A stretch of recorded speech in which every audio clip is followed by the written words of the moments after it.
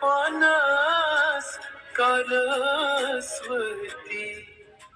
shikhas avlad daklaya ye kikhwati.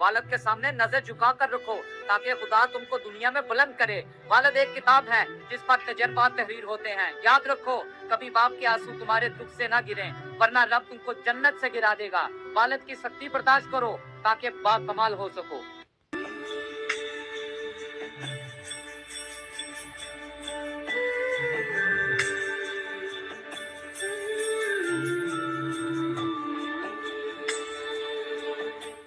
زندگی میں بادشاہی پیسوں سے نہیں بلکہ باپ کے سائن سے ملتی ہے۔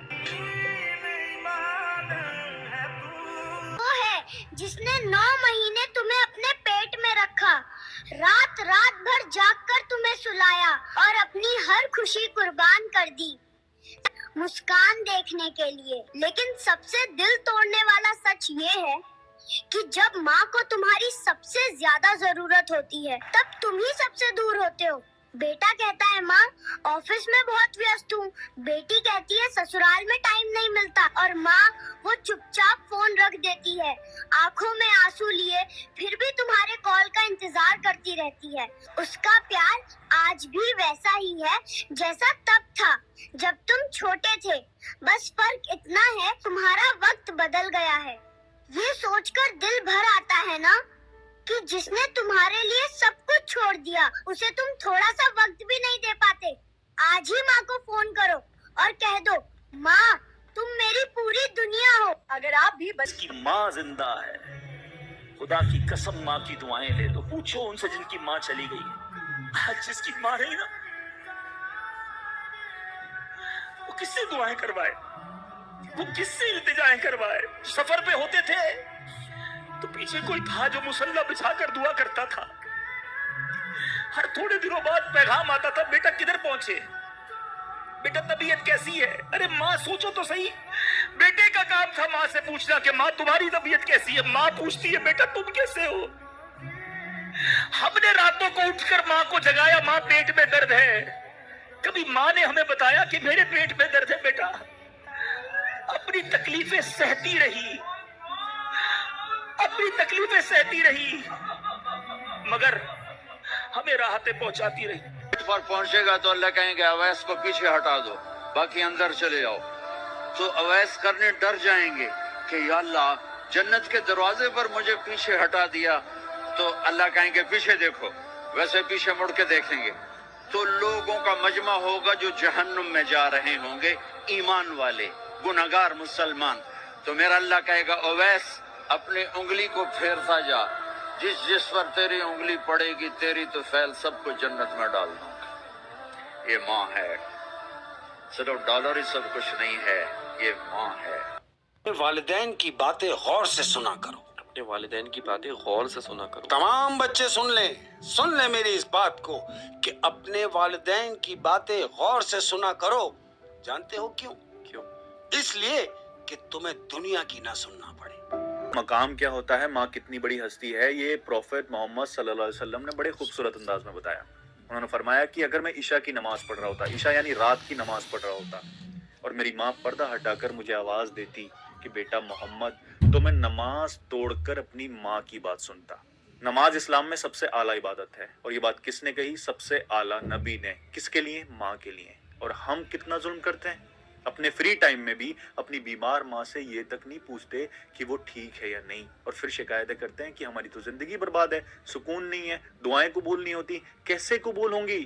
دعاؤں کے خزانے کو ناراض کر کے اس کو بیمار گھر چھوڑ کر دنیا کے کسی کونے میں بھی چلے جاؤ، کہیں دعائیں قبول نہیں ہوں گی۔ ماں باپ کی ناراضی سے زندگی کا سکون تو جاتا ہی ہے، انسان خدا کو منہ دکھانے کے لائق بھی نہیں رہتا۔ اپنے ماں باپ کے قدموں تلے اپنی دعائیں تلاش کرو، خاص طور پر اپنی ماں کے قدموں تلے جنت تلاش کرو۔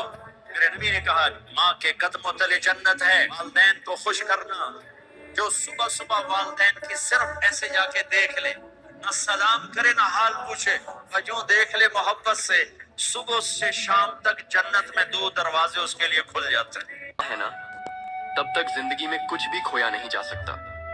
تیری ہر ہار کو جیت میں بدلنے والی اگر کوئی ہے تو وہ ماں ہے۔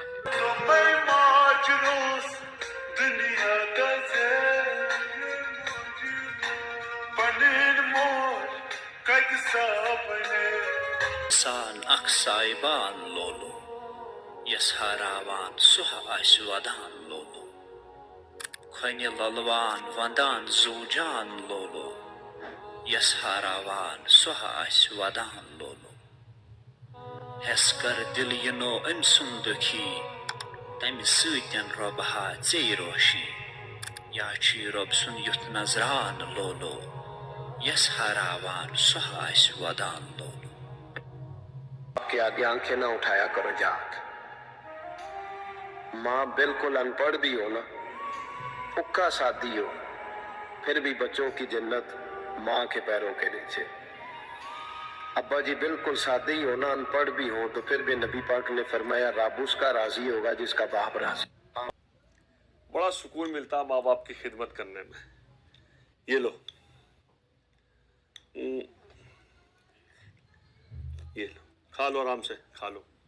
ٹوٹے تو آواز خدا تک جائے، یہ جو روئے تو فرشتوں کو بھی رونا آئے. گژھنہٕ مولدے موجی یِموچی رحمت یِمٕے سِر بوج سایہِ ہُنٛد پوشنہٕ اندماز آرس ڈکھ یِہُنٛد پھلوُن چھُم گُلزار رِشتہٕ چھِ سٲری دھوکھتَے فٲنی سَنیو یُس بہتر سُے زانان ژٕ ہرکنے سیٖنس سۭتۍ بیٚیہِ دَے بویی پوش وۄتھرُن کران مولدے موج. سُہ عظیٖم رِشتہٕ ییٚمۍ مٲلۍ مشقت کٔر ریڈس پٮ۪ٹھ موٚزوٗرۍ کٔرٕن محنت کٔر ژٕ پوٚر ژےٚ چھِ 100,000 رۄپیہِ تہِ مٲلِس مُقابل کانٛہہ تیُتھ چیٖز باسان ژٕ چھُکھ مٲلِس دَپان بہٕ ہٮ۪کَے نہٕ دِتھ گژھ پانس کرناو کُنہِ جایہِ ہسپتالس منٛز علاج گژھ سرکٲری ہسپتالس منٛز کرناو پانس مےٚ چھُے نہٕ 100,000 رۄپیہِ چانہِ خٲطرٕ. یہِ چھُنا سُے مول یُس ریڈس پٮ۪ٹھ نیران اوس پتہٕ اوس کمٲیِتھ انان اَمہِ پتہٕ یہِ ژےٚ ژھانڈُن اوسُکھ تہِ اوسُے ژےٚ دِوان تہِ اوسُے ژےٚ عطا کران. اپنے ماں باپ کی پرواہ کیا کرو میرے دوست، کیونکہ زندگی تب تک اچھی لگتی ہے جب تک ماں باپ ساتھ رہتے ہیں. ماں باپ کی خوشی کے بغیر شہادت پر بھی جنت نہیں ملتی، تو ماں باپ کی خوشیوں کے بغیر شادی کرنے والوں کو خوشیاں کیسے ملیں گی؟ تو اتنی دور کیوں ہے ماں، بتانا آواز کیوں ہے ماں، میں تیرا ہوں بلا لے تو گلے پھر سے لگا لے تو اتنی دور کیوں ہے ماں، تو اتنی دور کیوں ہے ماں، بتانا آواز کیوں ہے ماں، میں تیرا ہوں بلا لے تو گلے پھر سے لگا لے تو اتنی دور کیوں ہے ماں.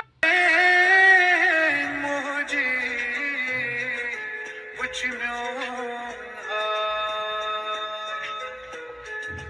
رٹ تھام چند مزہ آسان مدنی کت بنے خدایا ماج روز دنیا چھکیا. بھرٲنی خۄداے روٗد شوٗبی نَے آپ رہیے وۄنۍ تہٕ ژےٚ کیٛاہ غم کی ژےٚ چھی آبہٕ چیٚتہِ ژےٚ چھے آبہٕ بہٕ چھَسے وۄنۍ مۄکلیمٕژ بہٕ کَرے دۄیہِ خٲر اِنشاء اللہ رحمان سُہ گژھِ ژیوٚٹ.